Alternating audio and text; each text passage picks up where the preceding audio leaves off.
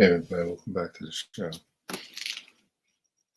So we're going to do a little bit of a news roundup for this episode of the Amazing Fantasy Podcast. So as you can see on your screen in front of you, now look at this clip from the new Batman series coming up called Crusader. It's coming to Amazon Prime on August 1st.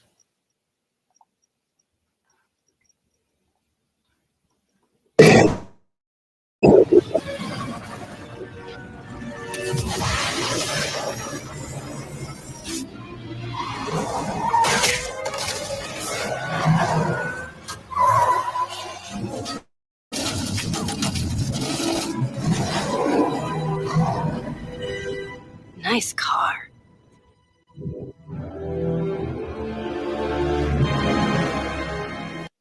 So you can see here, just bowled over those dudes. Yeah,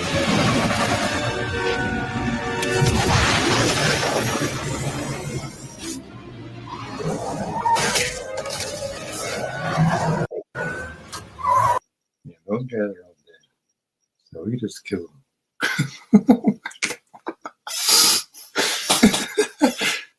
Is this Ben Affleck Batman or something?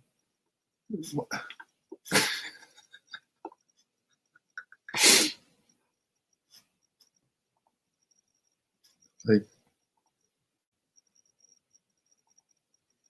I mean, I do the same thing in Arkham Knight, but there's like electricity involved and they're like clearly knocked out. But think of how heavy that car is. They can just wax them like.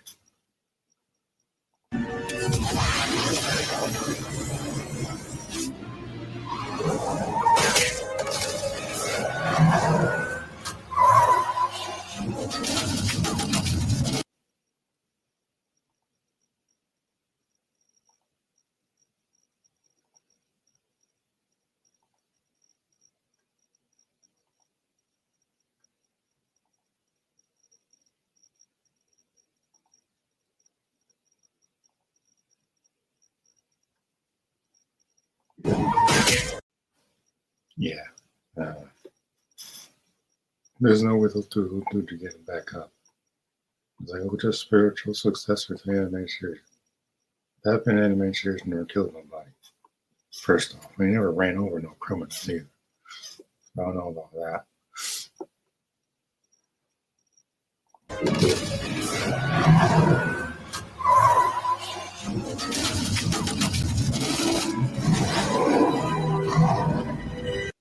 Man, I do like the comic book panels. They're showing Batman and the Silver Criminals. Very comic booky. So it's clear to me they're going back to his roots. He started 39, I think it was. 1939. Yeah, this right here. The panels is pretty cool.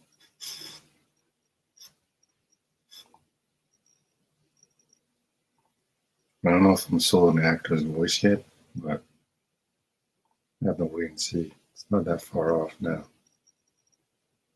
Yeah, those guys ain't getting up.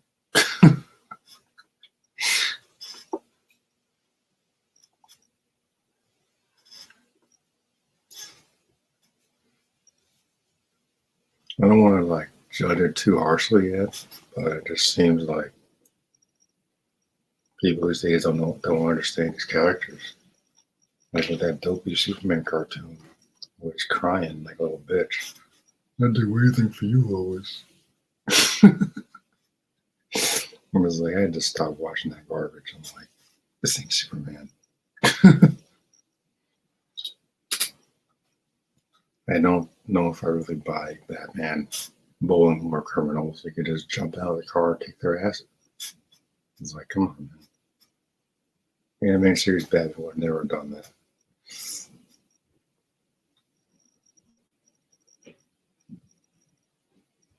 But I do like the tone of this. It looks like it's going to be not too dark, because anime series had a tendency to get pretty dark, especially with the racial episodes.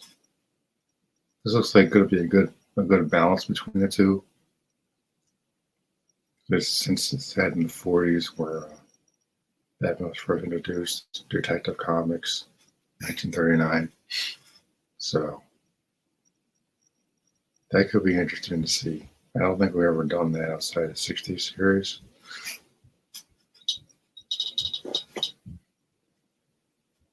I'm curious if they're going to throw Robin in this, because Robin was there pretty much from the beginning.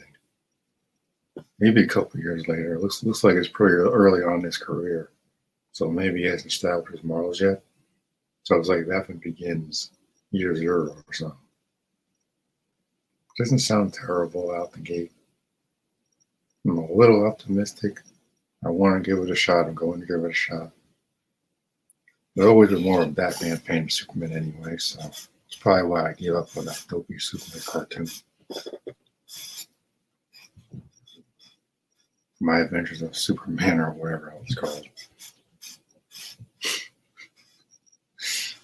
I got about as much faith in that cartoon as I do in the James Gunn universe, or whatever wacky crap he's doing. And we'll get to that later on in this episode, believe me. Because every piece of news that comes out about that stupid universe he's making just proves my point 10 times over. I have no idea what he's doing. We'll get there, believe me.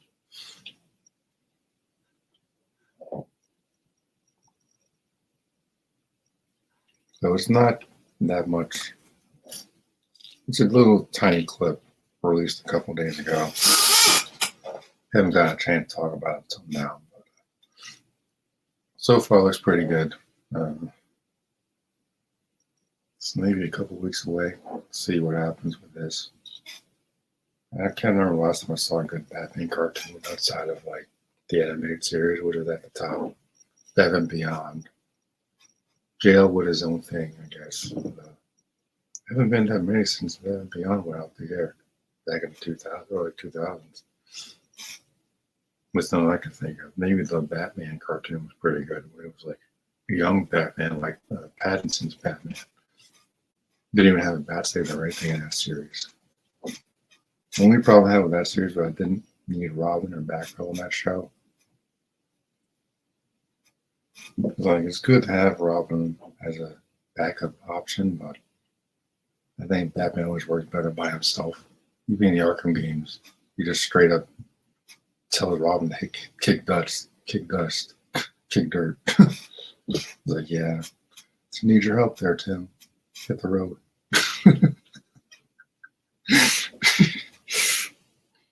Just like, even Batman doesn't want Robin in his own games. Good Lord. This is why it's so sad with Gotham Knights. It's a Batman being killed off for to get the Bat family to spotlight it her. It's very sad.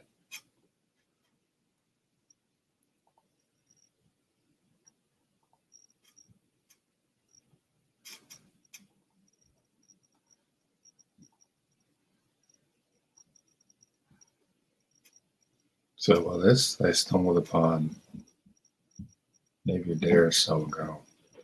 New TMNT game coming out this October. It looks like it's got the same style as the new film, Mutant Mayhem or whatever. I saw it once. I didn't care much for it. I might see it again. Now they got this game coming out because it kind of struck my interest a little bit more now. Well, I like the design of the turtles. And I like they have the classic letters on their belts, like back in the day. And I like the fact they're actually kids. Like, they're actually kids and all that. This is actually, to me, that actually works. I don't know. They always say Teenage Mutant Ninja Turtles, and then even in the original 90s films, they sound like a bunch of grown-ass men. So it's just like, they could be like 18 or 19, fine, but like, especially Raph, got the deepest voice ever. Oh, none of them sound like children. So this is a bonus for me that they actually sound like kids. So we're going to look at this trailer here.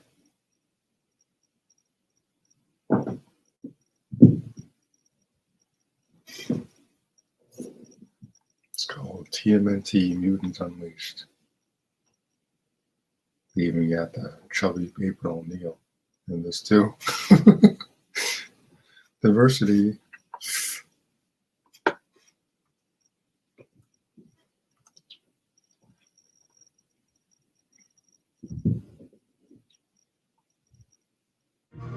So, guys, thought that after beating Super Duper Fly, all was back to normal? Well, not quite. A new bunch of mysterious mutants has taken over the city, and somebody needs to do something about it. Are the Ninja Turtles up to the task? I know they've been training hard, and are keen to try their new moves. Leo, Raph, Donnie, and Mikey will surely give their best. Be it facing the challenge on their own or together as a team. But will it be enough? A malaise is spreading through the city, and it's impossible to know who's a friend anymore.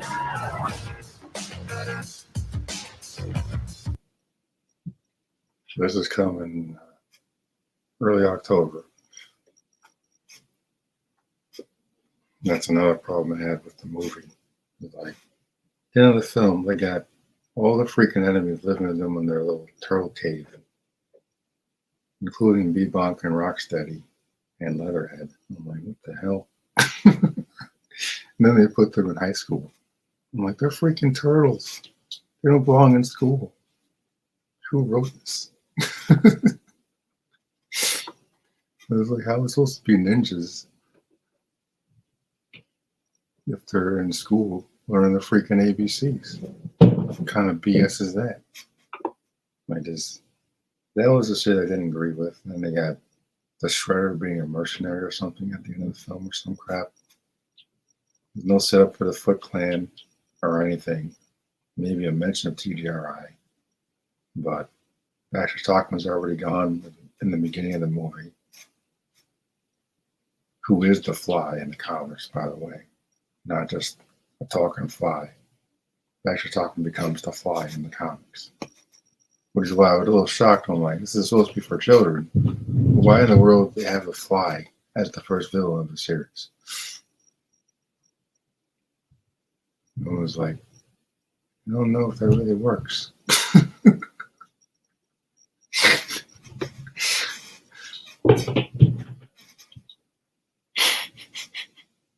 It's a very interesting choice.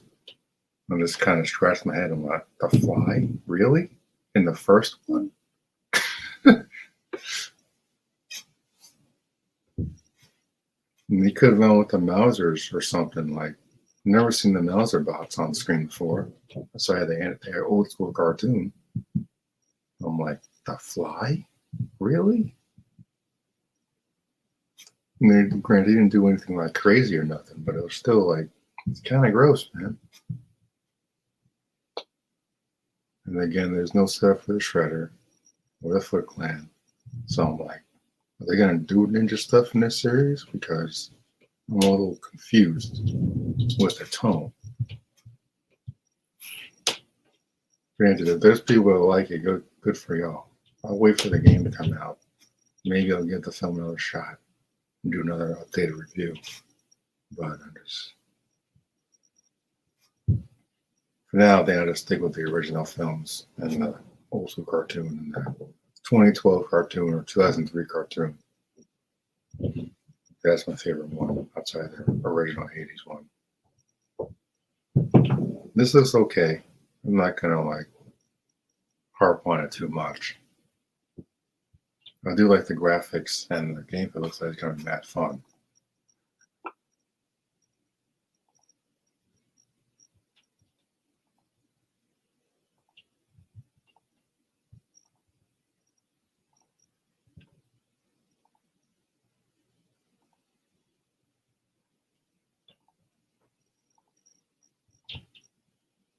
So yeah, it looks like they're going back to that. There was a game called Out of the Shadows that came out a while back for PS3. Looks like they're getting closer to that. At least looking at this here, like it's going to be clearly looks like it's going to be another platformer / beat 'em up type of game, which I'm okay with. I really wish they'd do something else with Power Rangers. I'm getting sick of the old school, like, side scroller nonsense. Like, just give me something like this with Power Rangers and it'll be great. The original team, of course.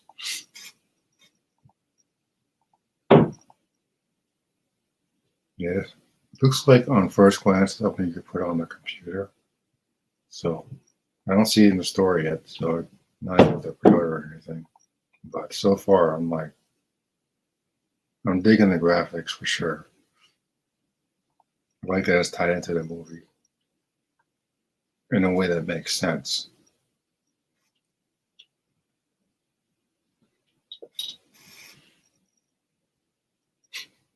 I don't know why we keep giving Donatello glasses. Like, why do we keep giving Donnie glasses? We know he's intelligent, doesn't need glasses. Like, my God. Even those awful Michael Bay films, they give him goggles and glasses. What the deuce? So they got the classic M letters on their belt, and for Mikey and so on.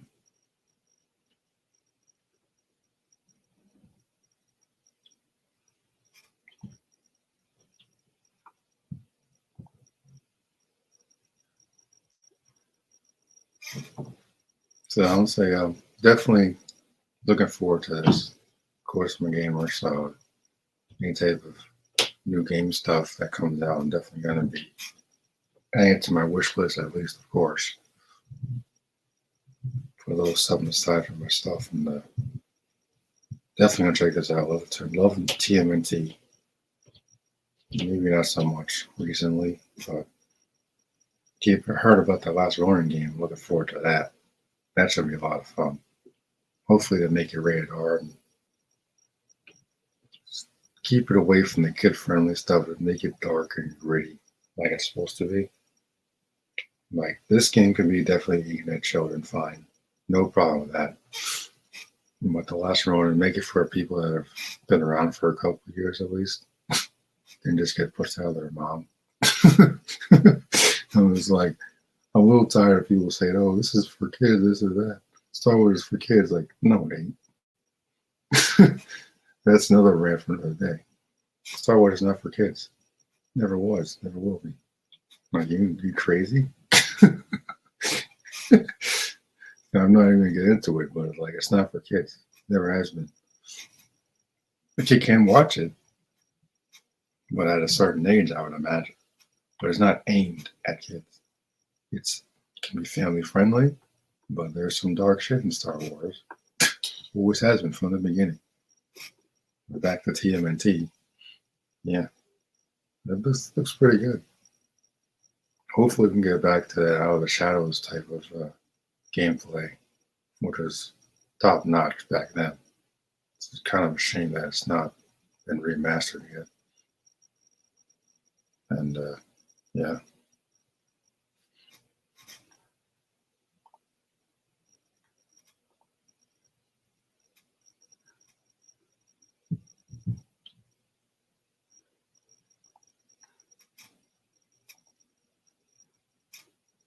I wasn't going to talk about Star Wars Outlaws, but I got to get this out of the way because I got so many problems with this game already.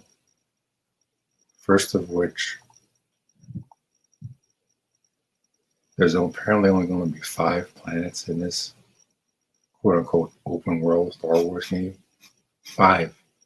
KOTOR had more planets back in the day. Fallen Order's got at least 6 or 7, and most of them are new. This one apparently going to have 5, and they're of course throwing Tatooine to it again. Like, there's 2 things I can't stand in Star Wars: Tatooine and the freaking Death Star. They keep popping up over and over again. It's so stupid. Making Star Wars open world games is the next level of difficulty.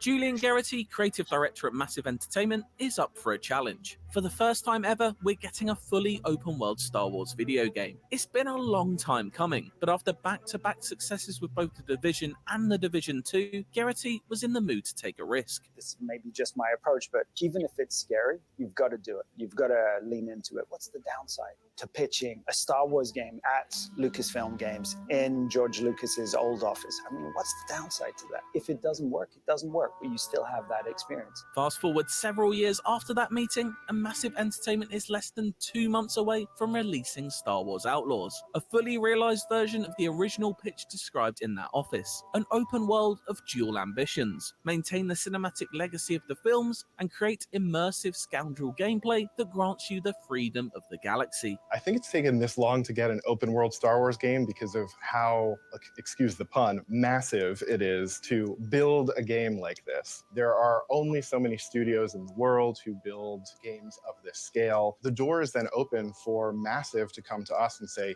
this is what we're interested in doing. This is the type of game design and gameplay we want. This is what we're thinking about in terms of an archetype. Where does that fit? It's the outlaw player fantasy and it's open world. Those were the two main pillars that we pitched. Why open world? Because the outlaw fantasy really needs that to live and breathe. It's a combination of, I think, our DNA as a studio, our background, when we think, okay, what do we have a lot of experience doing? What do we think we're good at? And this fantasy.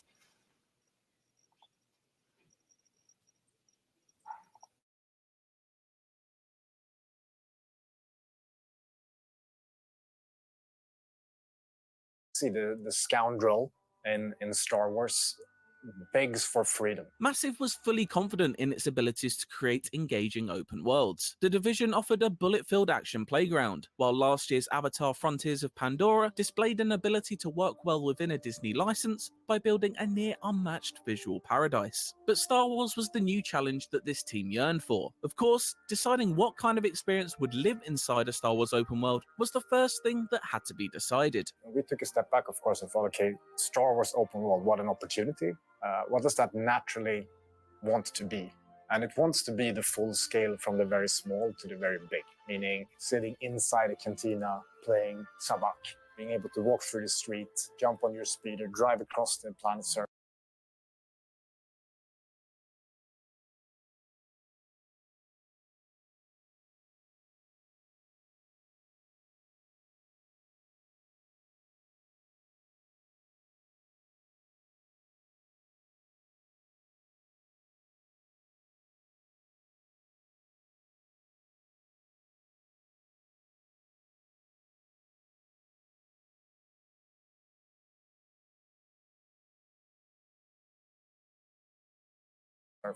Park literally your bike in your own ship, take off into space seamlessly.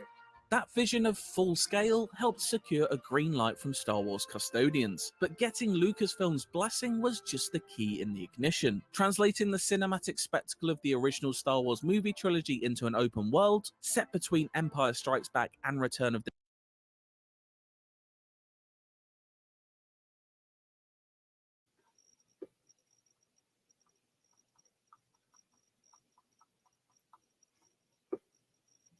So this is exactly where my problems continue with this game. It's like, again, we can't seem to get away from the original damn trilogy. There's Star Wars is a galaxy far, far away. There's hundreds of thousands of years of history before the movies and after them. It's called the expanding universe. Though according to Empress KK, there's no source material. that old bat clearly hasn't read any of the damn books. She's a fool. But now this is a great concept for a game. I just wish it was in the Old Republic. There's so much more room to play with in the Old Republic here, or something past the movies. Like The Mandalorian had a good start, but then it started doing all this Easter egg stuff. We got excited about the time, but like kind of took away from the story, I guess. But like setting this between Empire and Returns is, to me, is really stupid. You can do the same exact thing in the Old Republic, but have so much more freedom to work with. Because now, and this is going to again prove my point that Disney never should have bought Star Wars, because they've been doing this for years. This in between crap. Even the Fallen Order games are great. They're still in between damn films. Both of them. Fallen Order is like 5 years after Revenge of the Sith, and then Survivor is like what, maybe 3 years later or something, before the original Star Wars or in Rogue Zero. So the timeline is they're too afraid to go past the original trilogy. And back in the day, in the EU, after Return of the Jedi, as soon as the Death Star blows up, there are books that take place with pilots going on their next mission. Luke starting his academy, Han and Leia getting married, having the twins, and Anakin Solo, their third kid, who was the youngest, and I think he died using Von War. Lando's doing his own thing, getting out Luke, building his academy like you're supposed to do. Not running away like a coward. Because I'm like, what could you possibly do in between Empire and Return of the Jedi? Is it like maybe 3 years in between each of those? Because like, Lando might show up like how? He's on his way to Tatooine to rescue Han. It's like after Empire Strikes Back, ain't no way he got time for that. He got time for nothing else. He's on his way to Tatooine. That's literally how the movie ends. When we find Jabba Hutt and that bounty hunter, we'll contact him. And he and Chewbacca blast off in the Falcon. So that's the thing that annoys me with Disney Wars. All this stupid Easter eggs.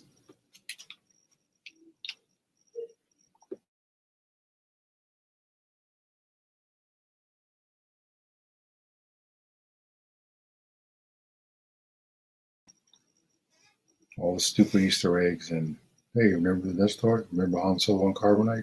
Remember Jabba the Hutt? It's going to be in the game. Don't get me wrong, I have every intention of playing this. I'm just not completely sold on it yet. Which, considering it's freaking Star Wars, shouldn't be struggling this much were not to buy it. Damn thing. This was Fallen Order or Survivor would have already pre-ordered, but unfortunately, I just keep running into all these hiccups with this game. Still gonna get it, just not out till like the end of August, so I'm not really rushing into it, but at the same time, like, yeah, Star Wars Eclipse has been delayed to like 2027 or something. I would have rather had that come out than have this delayed. Honest truth. Because Star Wars Eclipse, like I said, in the Old Republic or something, what you have been clamoring for years. Something way from the original trilogy. Because at this point, it's just getting really tiresome. Seeing the same stories over and over again. Where we're going to put an Andor guy in between Revenge and the original film. Right before Rogue Zero. We were going to set Ahsoka, after Return of the Jedi. When we're going to set Kenobi, after the Clone Wars. So it's always in the same timeline that they've been stuck in. And the only shit that happened after the movies is that awful Disney Wars trilogy made by Roundhead and Jar Jar Abrams. And all three of those movies sucked. So I think we were all fooled with Disney Wars 7, but by the time I came to my senses, I'm like, yeah, this is shit. Characters are garbage, story stinks, and it just got worse. I got some hope for this Outlaws game. Let's hope it doesn't come to repetitive with all the blaster stuff. Hopefully they mix it up a little bit. And for the love of goodness, can we get some aliens that speak their own native tongue, please? Stop with the damn aliens speaking English. Ridiculous. Back in the day, I was going to reference the expanded universe, and back in the day, KOTOR, every alien you encounter speaks their native tongue with subtitles. Every single one. With the exception of like Mission Vale or Juhani, they have their own native tongue, but Mission Vale basically grew up among humans. So she's an exception. Juhani, an exception. She's a Cathar. Yeah, obviously she had her own native tongue, but for the sake of that story, it makes sense for her to speak Galactic Basic. Fine. Like every alien you see at a kiosk or a droid store, they spoke their native tongue with subtitles. It makes it feel more authentic, like you're actually in that universe. You got aliens speaking like my next door neighbor. How the hell is it Star Wars? It's so lazy.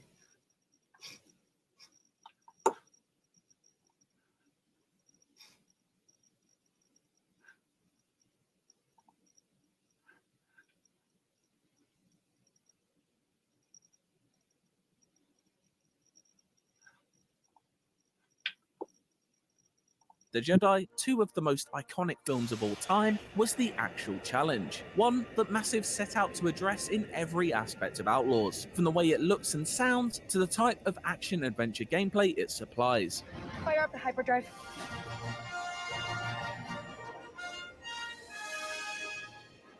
The sort of cinematic ambition that we have was in presentation. So that doesn't mean cinematics necessarily. What I care the most about is the interactive part, right? What we did was take a lot of inspiration from the original trilogy, but with today's technology. So very similar to what Rogue One did. What its aim was to do was to... I wouldn't use Rogue One as inspiration for anything. It only suck balls. That movie was so boring. I must have fallen asleep at least 3 times in the theater. So boring. So I wouldn't use that as a reference for anything. Andor guy even less. That show stinks too. I don't care what anyone said. So is boring. Character is boring. There's no substance to them whatsoever. It's like I watched like what, maybe 3 episodes. The show wasn't Star Wars to me, man. It's not. It's not. Replicate a lot of the sort of filmic effects of those lenses of the 1970s. So you'll see barrel distortion on the sides, vignetting, film grain, chromatic aberration, and of course, all wrapped up in an ultra widescreen presentation. It's a key point for open world games at large, but I think very much for Star Wars as well. And not always scale in that it needs to be grand, but it needs to be conscious. The scale of Tatooine needs and should and does in our game feel very different. It breeds, open.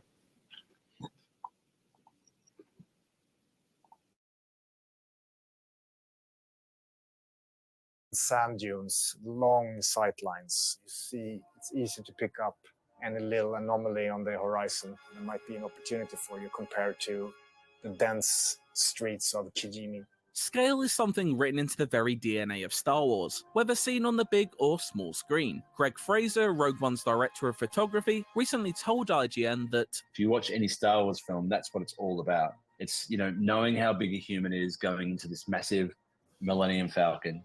How big the Millennium Falcon is going to this massive Death Star. It's scale upon scale upon scale. It's a philosophy Garrity and the team at Massive took into Outlaws when crafting the introduction to its open world. One of our intentions was, for the beginning of the game, to make it feel very small and then bigger and bigger and bigger and bigger. So beginning of the game, you start off in one room and it's claustrophobic and it's meant to make you feel a little bit trapped. You open up and it's city streets, but it's contained And then some narrative stuff, and you steal a ship, and you explode into the galaxy, and all of a sudden, you crash land on this planet, which is wide open world. That sort of sense of everything growing for you, and not just the scale of the galaxy, but the scale of the possibilities for you as a character, as a rookie outlaw. K-Vess, the underworld's favorite new scoundrel. Outlaws campaign tells the tale of K-Vess, a young scoundrel looking to build a team from across the stars in order to pull off one big space heist and remove the death mark placed on her by the Zerek Besh crime syndicate. It's the basis of a story that evokes many other adventures from across both games and film.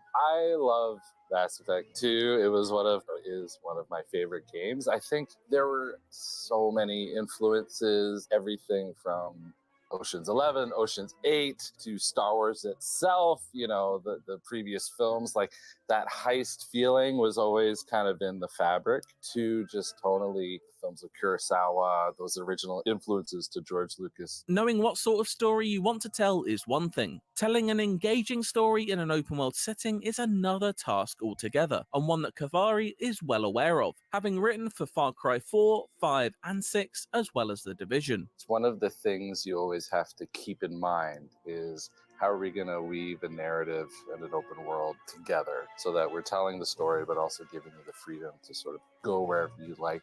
We had a really clear approach on Outlaws, which was, there was Kay's journey. We called them sort of lighthouses. There were key points that we knew we want her to hit these, and then that makes her story kind of part of the wider Star Wars narrative. But between those moments, we knew early on that if you got distracted by curiosity, the world had to react to that. It had to expect that the player is going to go off the beaten path. The things that lie off the beaten path are built in accordance to something Massive refers to as the 3-second rule, where within a few blinks of an eye, you can instantly understand the nature of a location or character and the story behind them. Before you even put life in them, they need to visually tell a story about what kind of place it is, what's happened in the past, what type of life and events have taken place in them. So they get that lived-in feeling, and that lived-in, relatable, substantial feel, I think, is a hallmark of any good open world, but also very Star Wars. Star Wars aesthetic has always been rooted in the idea of the used future, where everything from the largest spaceships to the tiniest droids have that instantly recognizable layer of grime. Those small details build up into authentic, cool, and bespoke spaces, something Massive has always managed to build into its open worlds. The Division and its sequel are packed full of memorable levels ranging from New York landmarks to Washington DC museums, and that philosophy is being transferred to Outlaws' many planets. Its main missions promise to take us to iconic locations such as Imperial bases and Jabba's palace. We can lean into the virtual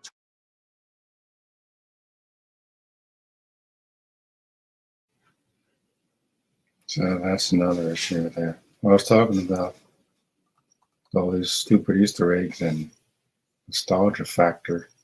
Is like, again, this is why Lucasfilm stayed away from politics in the prequels, or not the prequels, the Disney Wars trilogy, because they're afraid. They're still scared to this day. They couldn't even get Luke Skywalker right, for Christ's sake. And they have the actor with them. They had the actor with them. All three of them had all three. They had Harrison Ford, Carrie Fisher, and Mark Hamill. Never did they ever unite, the three of them. Lando as well. And even though it's part of the trilogy, as the Trinity, Han, Luke, Leia, but Lando I still include him in that group because he's in the original trilogy. But to this day, they're still scared to branch out. They haven't clamored for years for them to do. They're still scared. And now I'm afraid it's going to start sinking into the games, which is the only aspect of Star Wars I got left outside the Expanded Universe books, which are all on my shelf. Back, just to remind me of back when the Star Wars used to be good, before Mickey Mouse and Empress Kege took over and threw it into the ground. But like Jabba's palace, I'm like, why? Why do we keep going back to Tatooine? Why? It's set in between the damn films. How many other planets are out there? You can go to Narshadai, go to Coruscant, you go to Kessel, you go to Pagano. What's the other one called? Zepho from Fallen Order, brand new planet. Pagano, brand new planet. Dathomir. You go to so many other planets, and they picked Tatooine again. What about Navarro from Mandalorian series? Like, there's so many planets you can go to make this strictly unique in the way. Strictly unique. And they picked Tatooine again. We want to talk about repetitive? That's repetitive.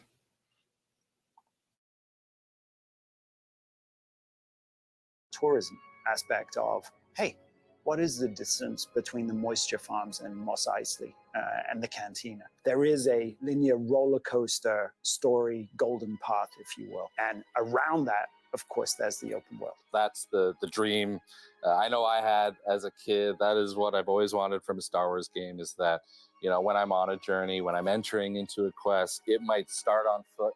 They might start navigating a High Republic cruiser that's crashed, but I want to be able to jump into my speeder and blast off, hop into the Trailblazer, take off into space, maybe land in a space station and meet some characters that factor into my quest or journey along the way. And so that sort of connective tissue of planet or moon to space was crucial, because that's kind of the fantasy that I think players are hoping for. That fantasy and freedom is evidently at the core of Outlaws, and while all 5 planets and moons won't be instantly available,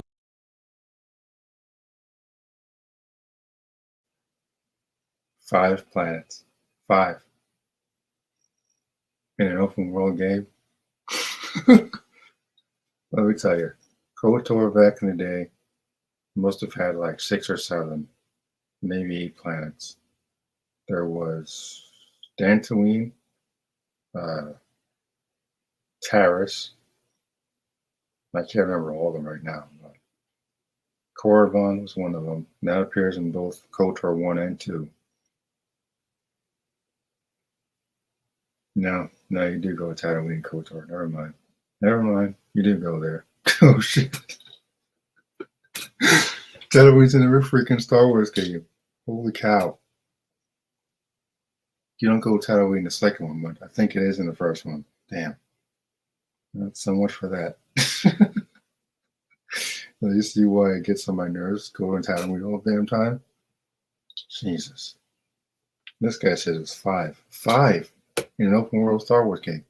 You told me you couldn't put more than 5 planets in a Star Wars game? Quote unquote open world? Yeah, guess I'll see. There hasn't been that much that's convinced me this is going to be good, because 5 planets to me is kind of pathetic. Considering the scale of Star Wars Galaxy, 5? Tatooine don't count. So it's really 4 as far as I'm concerned. Nothing new you can show me in Tatooine hasn't been seen a gazillion times before. Tatooine don't count. It doesn't.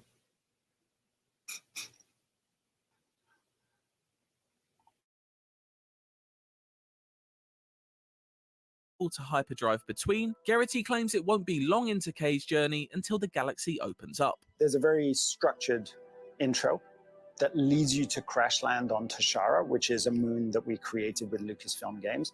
And once you finish the sort of linear narrative on Tashara, the other planets open up. And there it becomes completely non-linear, and you can choose to tackle those in any order you want.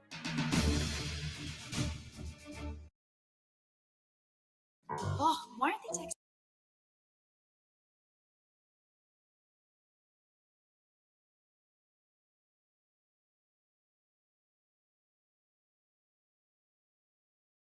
Exploration of these worlds is highly encouraged, with maps that are not, at least initially, flooded with icons and points of interest, because you're seeing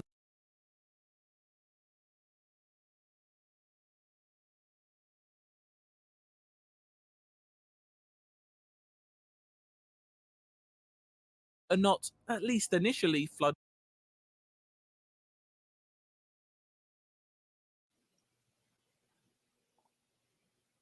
See right here on the screen, Mos Eisley. How many times have we seen Mos Eisley? It's in the Phantom Menace. It's in the original Star Wars film.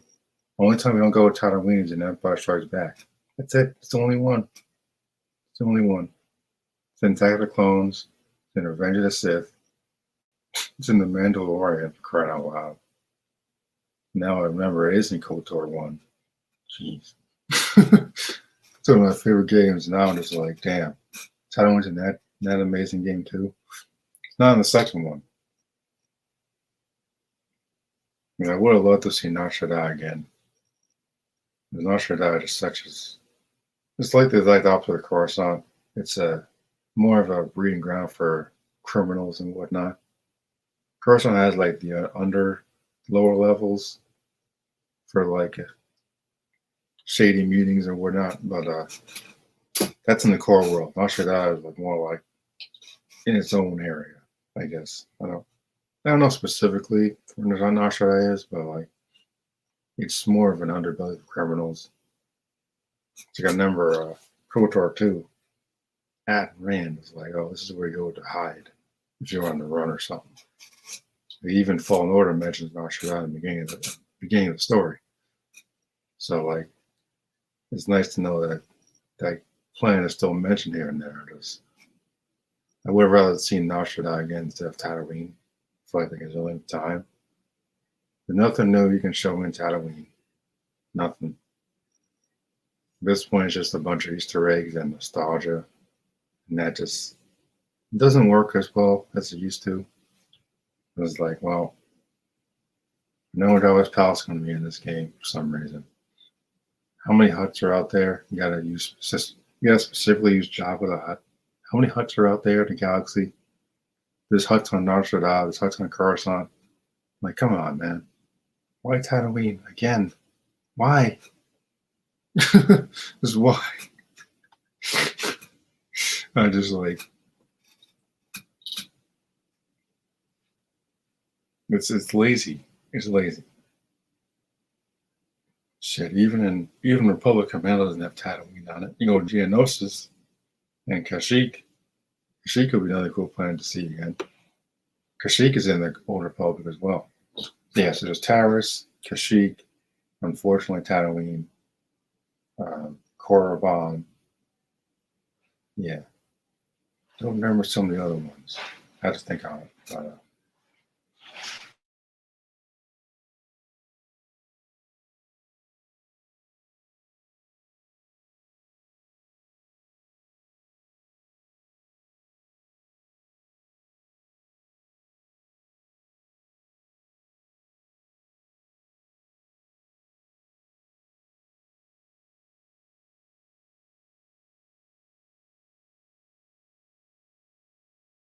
with icons and points of interest, because you're seeing these places from a fresh perspective.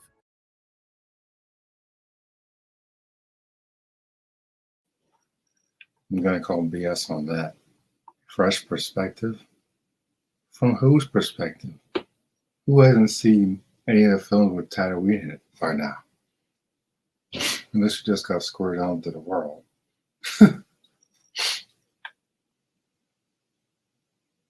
It's like, there's Mos Eisley, there's Mos Espa from the prequel era. And apparently there's another one called Mos Pelgo who was introduced in the Mandalorian series. But it's all on the same planet.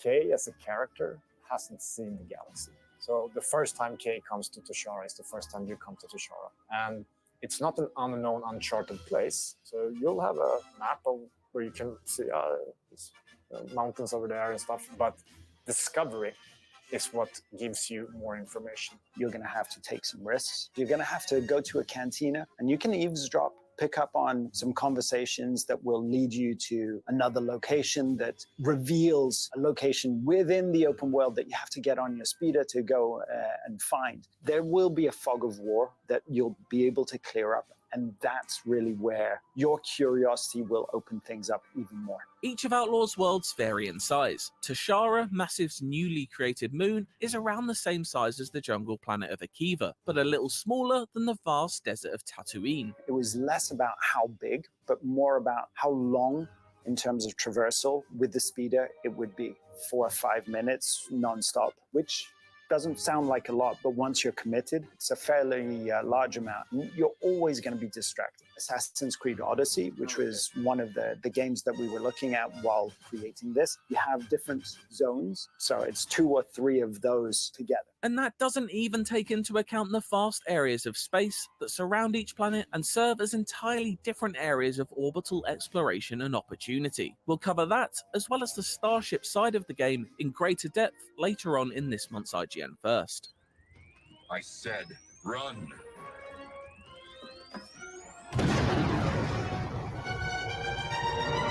In terms of mission design, we've seen action ranging from stealth infiltrations, frantic dogfights, high-speed chases, and intense blaster battles, with some quests even evolving to include all these elements at different stages. Star Wars Outlaws is thus perhaps better thought of as a single-player narrative action-adventure in the wrappings of an open world, something more akin to Marvel's Spider-Man than dense RPGs like The Witcher or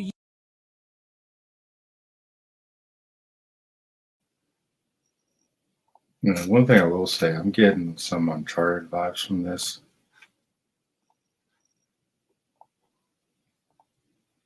Which all in all isn't terrible. Uncharted's amazing. Especially if we're talking about the original Uncharted games. I like 4. I think it missed some beats looking back on it. But they really dive into that adventurous aspect that it should be okay. I just really wish we could stay the hell away from Tatooine for once. It's getting on my nerves how often that planet pops up. It's lazy at this point.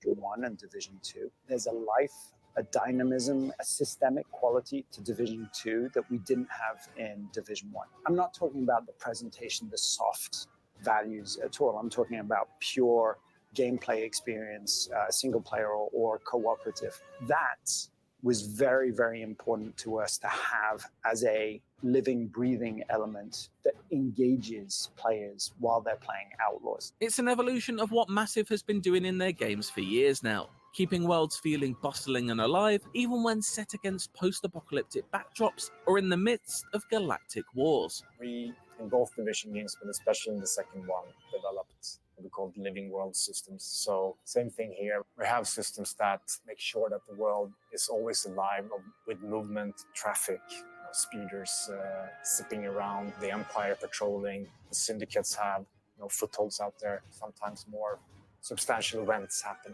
It's really up to you if you want to engage or not. Perhaps Outlaw's most interesting method of breathing life into its open world is its approach to character progression. There's no leveling up or incremental stat boost to drop experience points into. Instead, Kay's ability and equipment are linked to experts, people you'll meet across the galaxy who'll grant you upgrades in exchange for work. I heard you're the best shot on the planet. Oh, and you.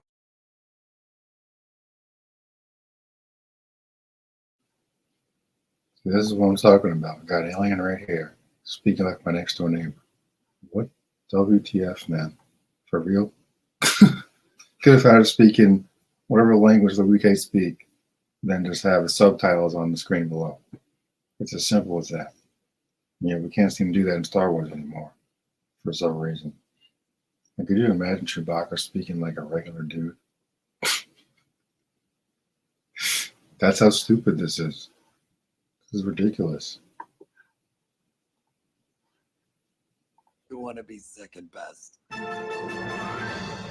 They are full-on characters. You don't know exactly who they are, what exactly they have to offer you, and how to reach them from the very beginning. So there's this journey of discovery here as well. Intel, clues. Okay, I think there's a guy or gal or something that can do good things to my speeder here.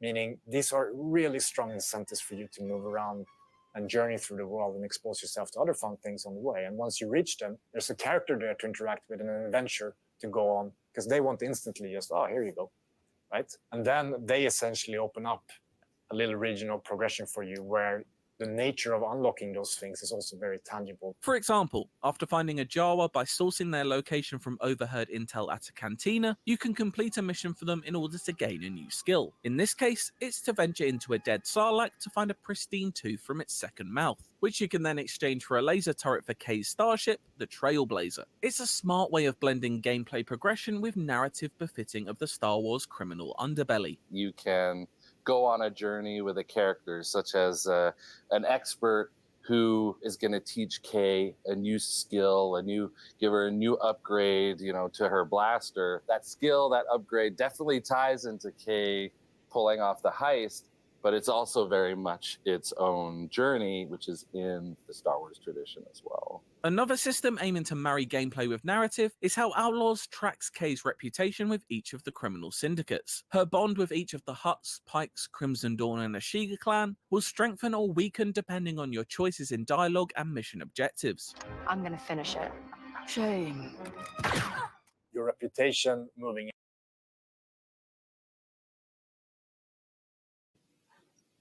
Once again, another alien speaking like my next door neighbor. Would it make more sense for that sauced alien to speak like speak like whatever language they speak, and then have a fire blaster?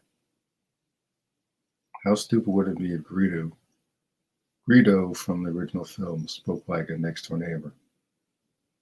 They lived for this for a long time, so instead of his native language with subtitles, then on fires and blaster, like, this time I've got the money. It's like, it makes it more interesting when you go back and forth when you got an alien speaking actual alien and the human speaking no human. Like, come on, man. Even the Mandalorian had aliens speaking their native tongue. It's one of the many good things about that series. It's so lazy. Ugh. Can't believe they're charging like $50 for this. In the positive direction unlocks a lot of things for you. Everything from actual access to territory that they control, where you might have been able to sneak in otherwise, to landing. Like even Lando's pal Neenub from Return of the Jedi, he was speaking his native language, and then Lando would translate. It's as simple as that. That was his Chewbacca. I don't know what happened to Neenub after Return of the Jedi, but it's stuff like that. It's so simple to do. So we gotta be able to get a read on the shit up or down. Like Virginia would say, no for coming. Shit like that. Then it's so simple. This has been a thing since the original film. I mean, you don't have to do that in the books because obviously you're not gonna have like Chewbacca doing rah in the books. But like when you're doing that in live action or any type of other medium like TV or the games, just put the subtitles on the screen and have them speak their native language. Why is that so difficult to do?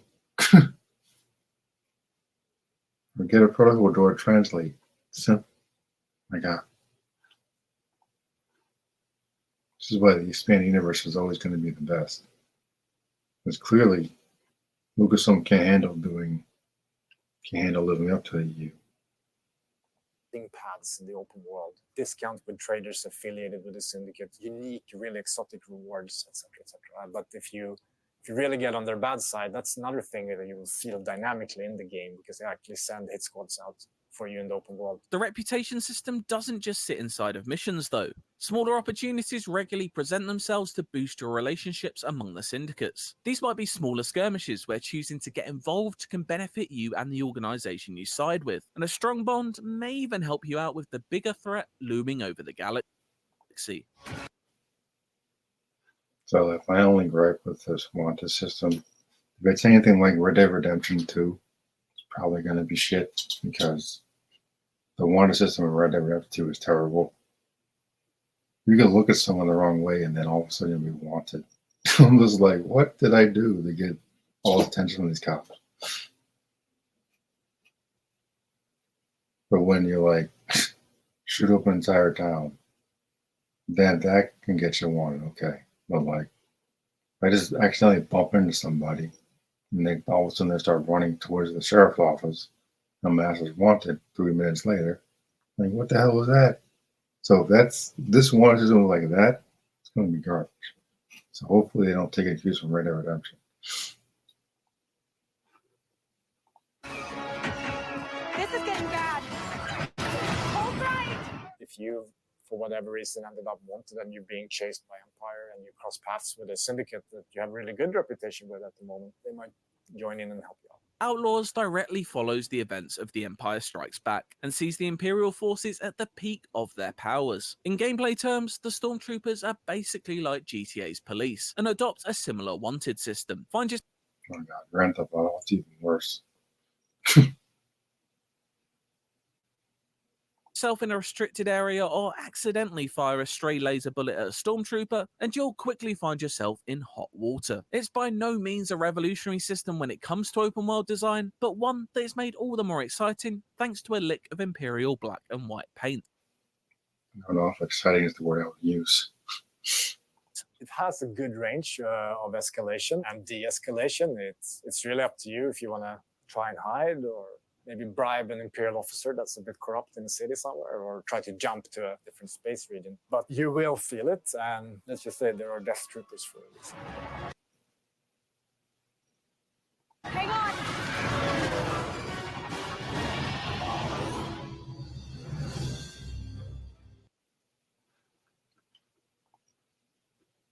Because like another thing that's so good about the Old Republic is that, well, for one, there's so many more unique designs for like trooper armor.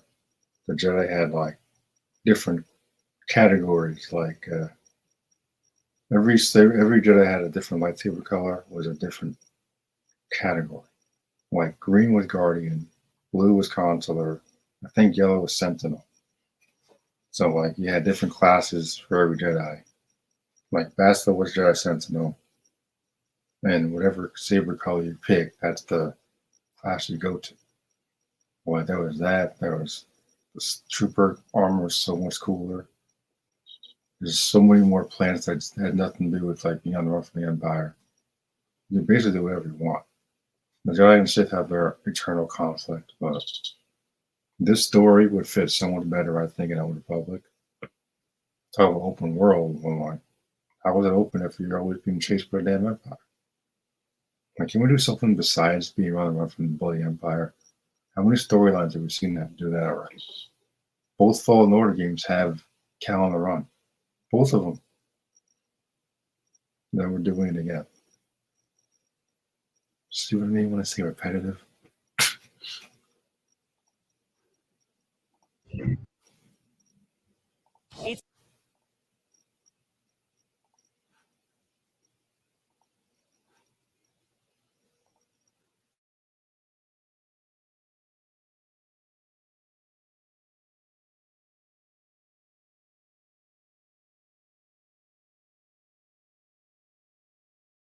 expert side missions, and the reputation system at the core of it all, many other stackable activities exist in Outlaws open world. These range from quick contracts such as smuggling and stealing, gambling in Sabak, to playing asteroid-filled arcade shooter games, and betting on Canto Bite's Favia racing. All of these activities bolster your ever-growing supply of credits, which can be used to purchase new customization and gear options for Kay, her pet-like alien companion Nyx, and the Trailblazer. And yet, there's more. Emergent events frequently take place throughout the open world, whether on land or in space. Every 2-3 minutes, there'll be something that's happening, whether it's an ambush or the Empire arresting some civilians or combat with some criminal syndicates, and it's up to you whether you want to engage or not. So with so much to do in Star Wars Outlaws, how does Massive go about avoiding open world bloat? With a near endless galaxy of opportunity, there's the worry that things may spiral, feature creep sets in, and everything just gets too big.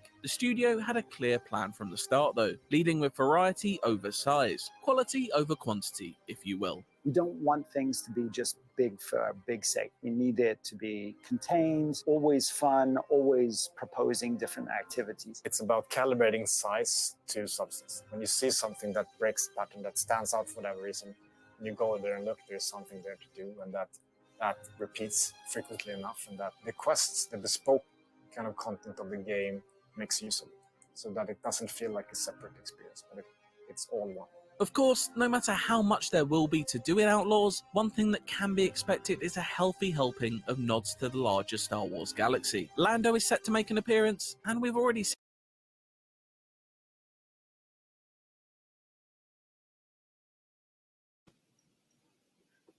Lando is set to make an appearance. How exactly is that going to freaking work if he's on his way to rescue Han? At the moment Empire ends, the plan to rescue Han begins. Takes a couple of years, granted, but it's called Shadows of the Empire, I believe. So, like, when is Lando going to have time to, like, cross paths with this random chick? It's so dumb. Could have been a number of other characters, or, I don't know, a new character, but Lando is otherwise occupied.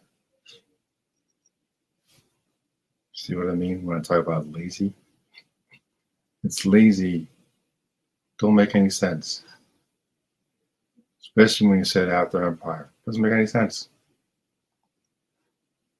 a glimpse of Han Solo and Carbonite, but it sounds like they might just be the tip of the iceberg. There's Easter eggs, there's characters that you'll meet along the way across the main quests and across, whether it's the experts or, you know, the wider stories you're going to stumble across. August 30th is a really great date. I recommend bookmarking it in your calendar. August 30th. Yeah. Guess we'll see, won't we?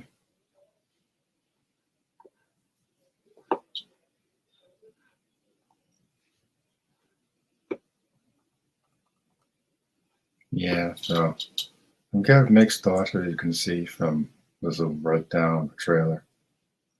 This was a recent IGN first look, dropped a couple days ago.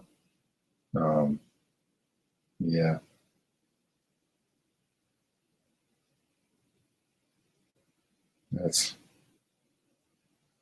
I want to be excited, I really do. It's not out for like another month, so got some time to think on it, I guess. But right now, I'm not sure I'm quite feeling it. Like, I need them to really study the expanding universe, because there's a reason the EU is so popular. And I don't think Lucasfilm has gotten that. I don't think Lucasfilm really understands how popular the EU is.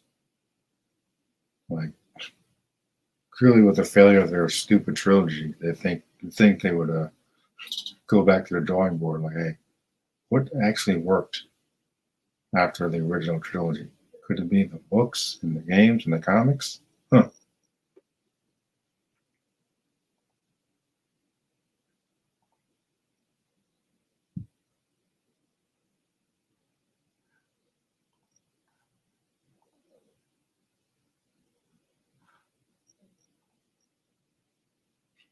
So this is going to be probably the conclusion of this episode. This is also going to be the most amusing part. Just to prove my point again that James Gunn has no idea what he's doing with the DC universe. Like at all.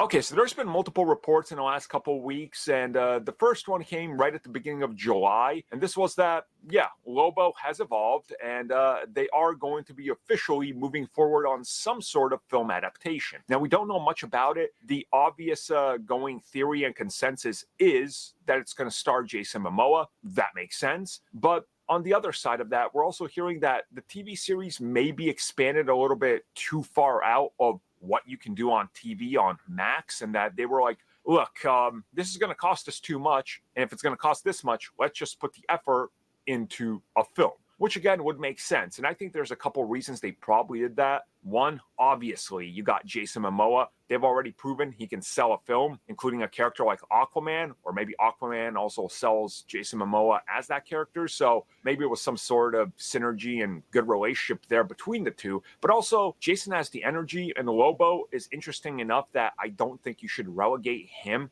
to something like a throwaway TV series that might not get hyped up enough by Max, which has a real possibility of happening. So I honestly think this is a smart decision on their part. And if you are moving forward with Lobo in a way that fans can kind of get to understand who the character is in this bigger universe, toss in maybe some cameos, have him work with another DC character that's established, this makes a lot of sense. And if you guys remember, a couple months ago, David Zaslav said pretty soon we would find out a lot more about other DCU projects that have not been announced. Well, I think this has a chance of being one of them.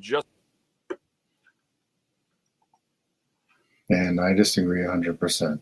Lobo is a stupid character. He's a D-list character, just like Mr. Terrific. James Gunn is obsessed with these D-list, ridiculous characters that most muggles in the audience are never going to understand. They don't recognize. When you're making a new universe, the first thing you need to do is establish your core characters.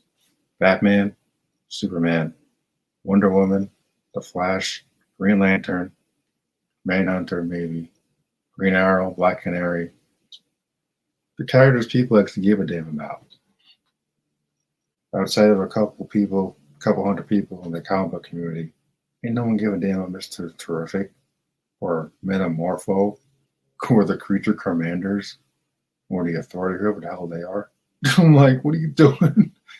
And now he's not making, not announcing a new Wonder Woman film or a Flash movie or announcing the casting for the new Batman, another new Batman who has to introduce a new Robin that's never been seen on screen.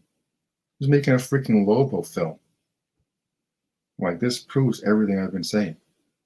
This universe is going to be a hot mess. He's got the Super Friends movies co-starring Superman. Looks like it's going to be garbage. Apparently, got the Authority movie coming out before the Batman film, apparently. Creature Commanders TV show, wherever they are. I could care less. Mr. Terrific is showing up in the Superman movie for some reason. AKA Super Friends.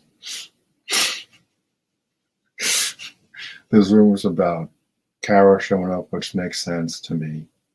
Lobo film does not make any sense to me at all. Before you get Batman film, before you establish a new Wonder Woman, before you establish a new Flash, Lobo? Really? He's not even remotely interesting. He's a space bounty hunter. A discount Boba Fett. And Boba Fett is a garbage character too. Just to put that out there. For the Boba Fett fans out there that think he's more interesting than he actually is. He's not. And you can say, oh, Jason Momoa might be cast as him. Okay, fine. Lobo ain't gonna sell no tickets. Outside of the comic book audience, the moguls ain't gonna care. Maybe some girls will care because Jason Momoa, but it's not gonna break $1 billion. I doubt it'll break even half of that. Aquaguy sold because it was the last film in the DCEU or whatever it was called. That's why it made bank. I don't know specifically him, but it was because it was the last film. That and the Flash. But to not announce a new Wonder Woman film or new Flash, who's hopefully not Ezra Miller. Hopefully they get a blonde to play the character this time. I hate blondes. I know what blondes look like, and he was not a blonde. Barry Allen is a blonde. He's not Hispanic. So, Lobo movie. You gotta be shitting me. This is why I want to save this topic for last in this episode, because this is too damn funny. Like, I want to look up the slate for James Gunn's DC universe, quote unquote. Because like this is the problem that I have with these studios and their obsession with cinematic universes. Doesn't work, man. Not all the time. Not when you're starting a new universe. You gotta build bit by block. When you're building a house, you gotta start with the foundation, cement, and then you build from there. You don't lay down the wood until you got the cement down to keep the house steady. And who outside of the comic community is going to give a shit about Lobo? I've been in comics for years. Never gave a shit about Lobo. Never. He had like one appearance in a Superman animated cartoon back in the 90s. Never showed up again.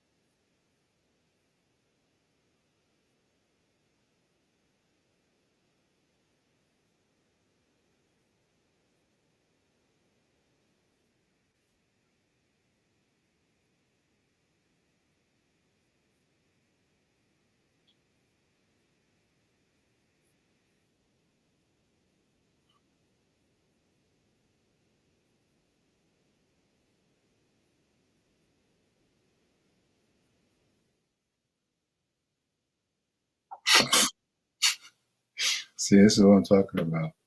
Who the hell are the creature commanders?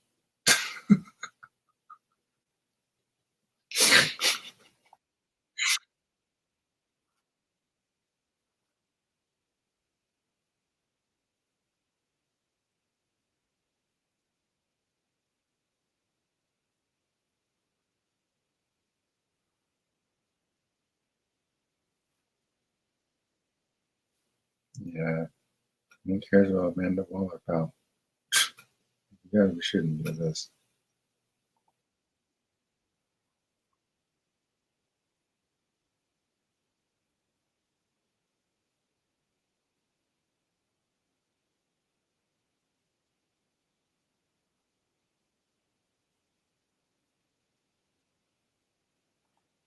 It just sounds like it's hyping up his own stuff. I don't believe a word he's saying.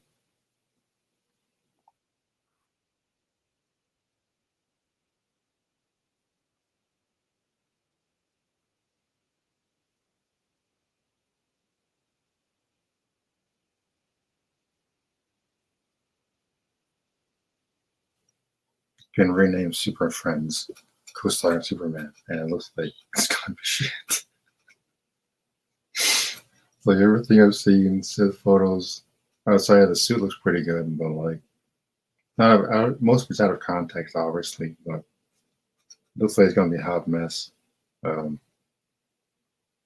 have no faith in this new universe at all.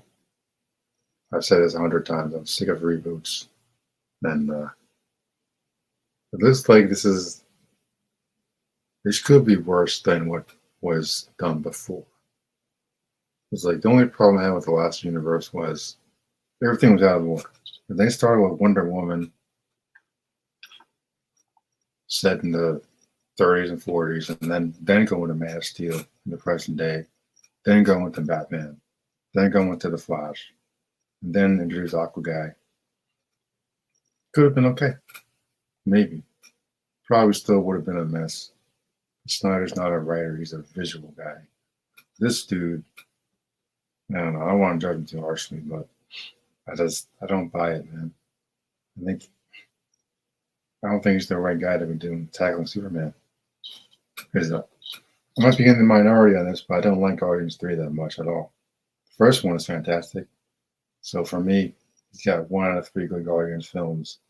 Don't like the Suicide Squad movies at all. Thought they were both dog shit. So, and then the release going to say next with the Batman film is going to be pretty amusing.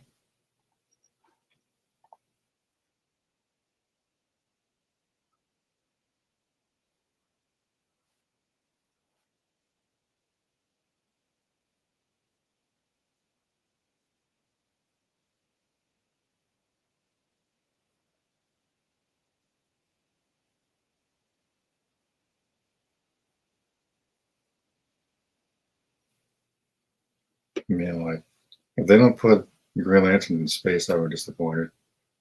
The fact that it's on TV and live action gives me hope. This might be the only project I'm actually excited for. This wacky new DCU, whatever you want to call it.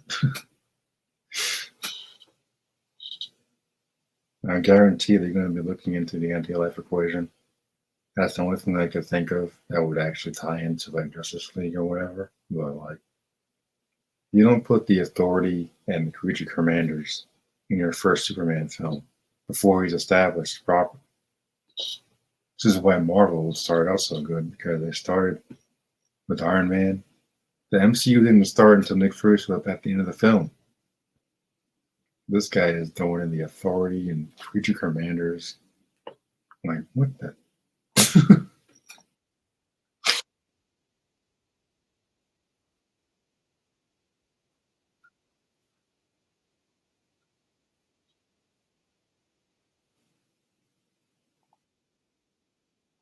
Yeah, there we go. It's a passion project. That's the only reason he's doing it. Well, like 95% of muggles ain't gonna know what the Authority is. The Authority do not belong in the first half of the DCU. They should be in their own pocket universe. It doesn't make any sense.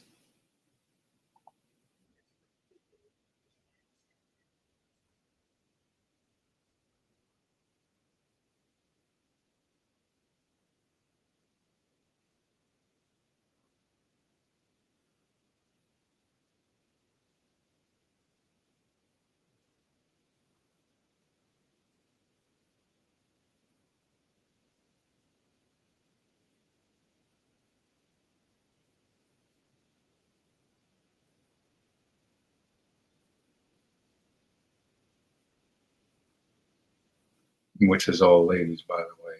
So it's all going to be chicks. It's Game of Thrones with chicks. Yeah, fascinating.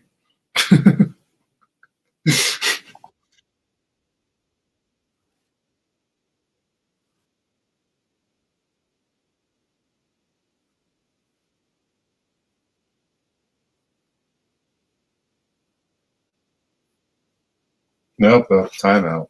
Timeout. Red flag right there. Red flag. Damian Wayne is the worst Robin. Even Jason Todd has a code. Damian Wayne was raised to be a murderer. by the League of Assassins since the day he was born. Should have never worn that Robinson. He is a murderer. Look at the image on the screen. He's got a freaking sword. It's like he's about to chop Batman's freaking head off. Like me personally, I can't stand Damian Wayne. He's the worst Robin. The worst. The fact this guy said is his favorite Robin, like, oh god. Oh god. Oh, that's not good, man. That is not good. And with the news that dropped today or yesterday about the stupid Lobo film, not the casting of the new Batman to establish, and yet another guy wearing the cowl. Lobo. Like, do we need to say more?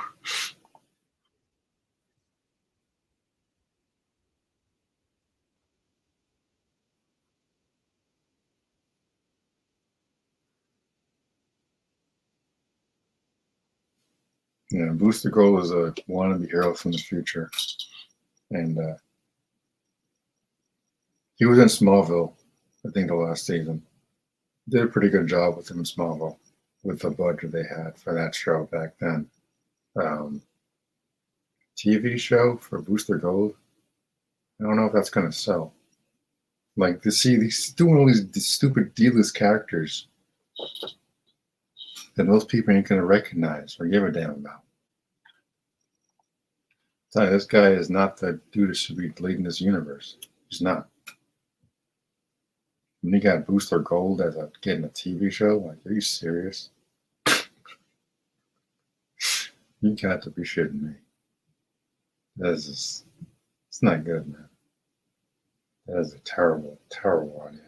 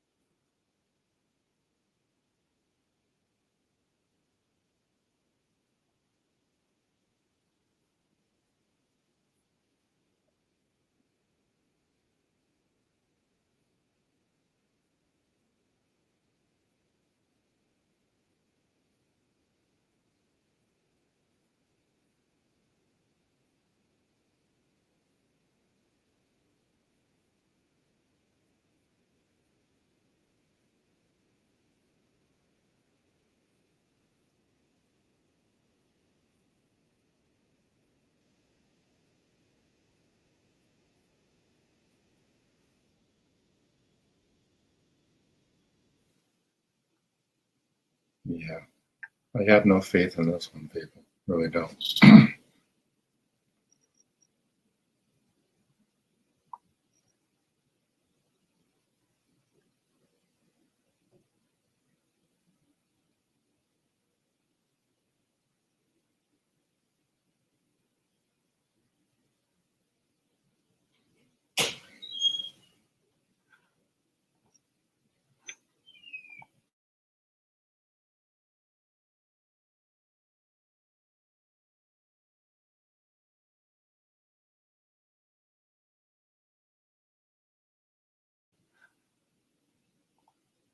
Someone in the comments saying, I hope God knows what he's doing. He doesn't. Having the story move back and forth from animation live action is smart. Is it smart?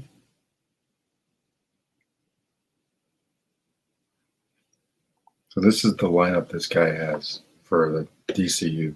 Creature Commanders, Waller, Super Friends, co-starring Superman. It's like a hot mess. Lanterns actually looks pretty good. The Authority, don't care. Paradise Lost, no, don't care. Brave and the Bold, starring Batman and his murder son, Damian, don't care. Booster Gold, nope. Supergirl, Swamp Thing, really? No Wonder Woman, no Flash. Like, what kind of lineup is this?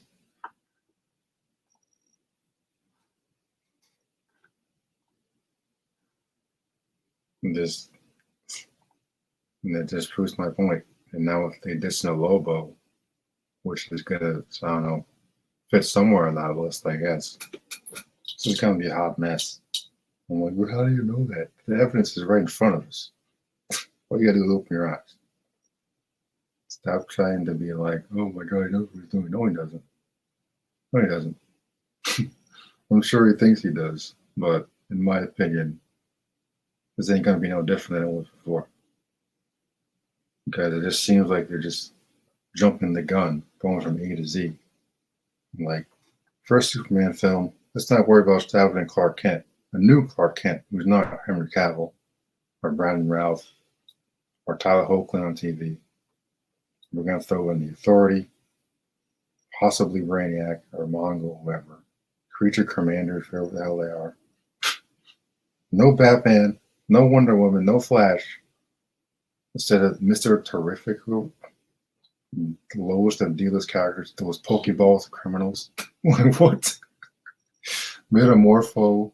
Who else is throwing this nonsense? Hawk Girl.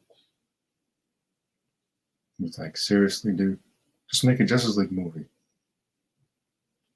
Get all the characters you want in that. And Superman, focus on Superman.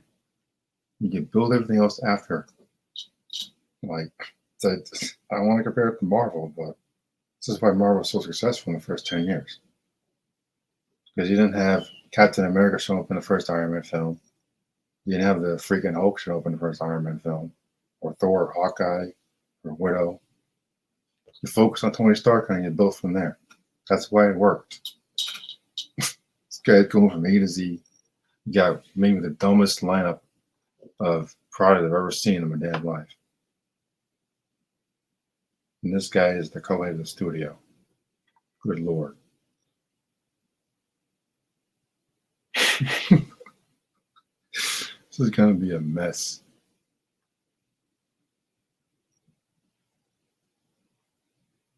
Swamp Thing? Like, really? I can't believe Titans was canceled for this garbage.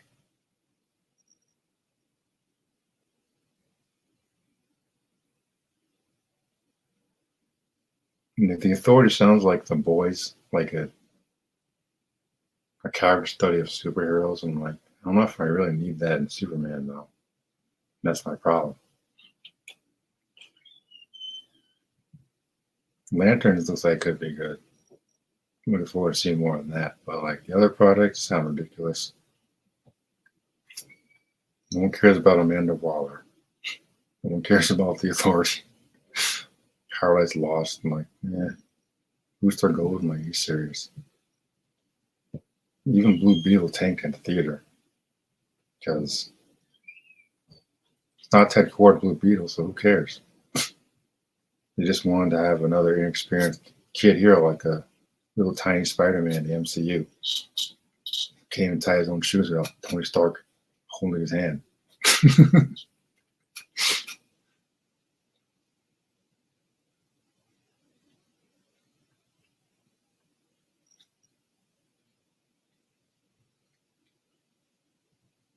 So like, for those of us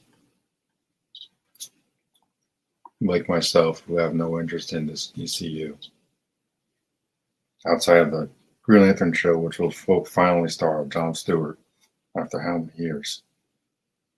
Finally. Outside of that show, I really wish they kept Titans going in the Elseworlds category. Because none of these shows or movies have my attention. None of them. Raven the Bold starring murderer Damian Wayne. I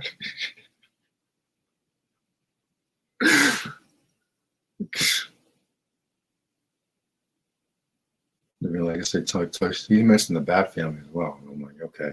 But like Damian Wayne, specifically as Robin. You gotta be kidding me. Ugh. But like, red flag right there. That is not good. It's like, what about the Muggles? They're gonna be confused. Like, what? I thought Tim Drake was Robin. I thought Richard Grayson was Robin. No. In James Gunn's universe, he's gonna be a freaking murderer who's raised by the League of Assassins. it's going to be rated R because Damon actually kills people. Even Jason Todd will use rubber bullets once in a while. Or Jason still has a code. Like, he's crazy, but he still has a code. Damon ain't got no code. He's a murderer.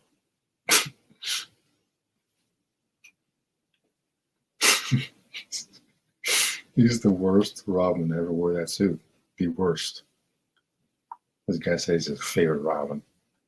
Good grief. This universe is in trouble. People think the MCU is garbage now, and it is. After that Captain America trailer, I'm starting to agree. Just putting the Red Hulk in that movie is just the dumbest thing you could possibly do. Especially with this version of Cap. Like, Sam has no powers. Red Hulk is going to squash him like a bug. If he doesn't, I'll be surprised, because Sam doesn't stand a lick of a chance against Hulk. Like, Rogers had a chance against Thanos once he picked up Mjolnir. Still got his ass handed to him, but at least then he leveled the playing field a little bit for about 10 seconds, but Sam ain't got that type of chance against the Red Hulk. If they had a Serpent Society, I might have more faith in this, but it just looks like they're doing a bunch of rehashing that they don't need to do. And the Lobo film and development, this is straight up retarded. Jason Momoa is not even that great of an actor, in my opinion. And to put him front and center, they're going to make it a comedy, because I can't see myself ever getting excited for that. Again, no Wonder Woman, no new Batman announcement, no Flash, Lobo. Enough said.